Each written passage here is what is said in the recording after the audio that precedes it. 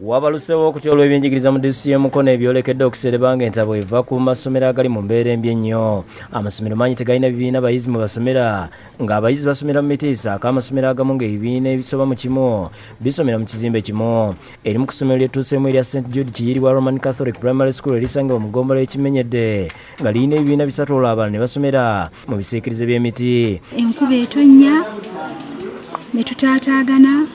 Kumpi bw'eba etonnya ekitundu ky'olunaku olwo tetusoma era kumpi kimu kyakusatu ekya kye balina okusoma tebakifuna.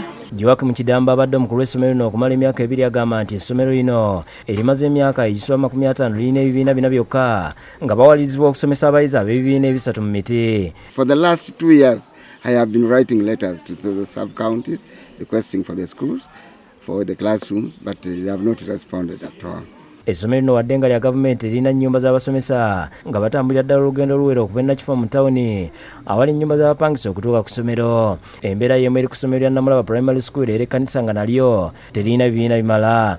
P1 tugigatta ne Nassale bwe tugenda ku kibiina eky'omukaaga n'ekyomusanvu tebirina walisomera. Oluusi bali bawuliriza byosomesa eno kugamba awo mu mbeera ng'eyo n'ebisoomoozewa. Ebyembi omwaka ogwedde mu December, ssentebe wa disitulikiti y'e Mukono Andrew Ssenyonga yakunga abazadde bakulembeze banne n'ekkanisa ku b'essomero lino lyayo n'ekulemberwamu Bishop James Ssebaggala ne bamenyawo ekizimbe eky'ebibaawo abayizi mwe baali basomera nga basuubiza okuzimbira essomero ebibiina 5 naye n'okutuuka kati tekikolebwanga. Nti paaka bwe yageza nti abazadde abo bonna nga tukozeemu omulimu ng'amaanyi tuli nti katuzimbe tukube bulooka tukole biki tutuuke ku oloplate kasaba awuliza nti ate paaka eri mu kulondoola ssente ezo abantu bagwamu amaanyi. Embeera enewaliriza Reverend Wilson Konde omukwanaganya w'ekitongole ky'abaana mulabizi w'e Mukono okugenda n'alambula ku ssomero lino ng'embeera gyasanzeemu ennyamiza omuli abayizi abalina envunza ng'entabo eva ku nfuufu eri mu bibiina bye basomeramu. Konde agamba nti ng'obulabirizi buteekateeka emikolo gy'abaana egy'omwaka guno egimanyiddwa nga Diocesan Star ayagala abakristaayo n'abantu ab'enjawulo bamukwasizeeko okusonda ensimbi waakiri azimbire essomero lino ekibiina ne bwe kinaaba kimuba 2.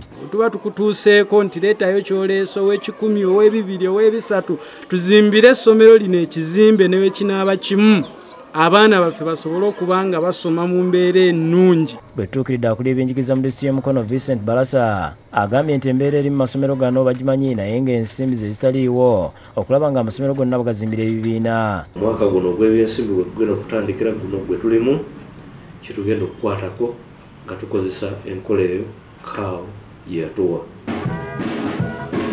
Ye Reverend Dr. Lawrence Musunga emyuka ow'okubiri owa Ssaabasumba asabye abantu okuba bawulize eri abakulembeze baabwe okusinga okudda mu kuwaganyala mu buli kye babagamba. Bino abyogeredde mu kuyimba misa ku bikujjuko by'essomero lya St Mugagga Jalamba mu ggombolola y'e Buwama mu Mpigi ng'abajaguza emyaka 25 bwe kyalitandikibwawo.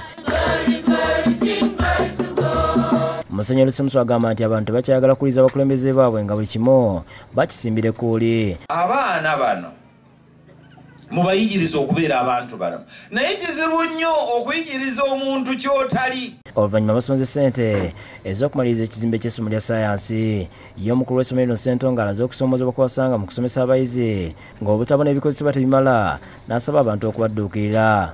Ensonga y'abasomesa kukyali abasomesa batono okuba nti basobola okuba nti bannyikiza ekigambo mu bayizi bano. Henry Nsubuga ne Joseph Kinobe bakusekidde guli lino ku Bukedde TV.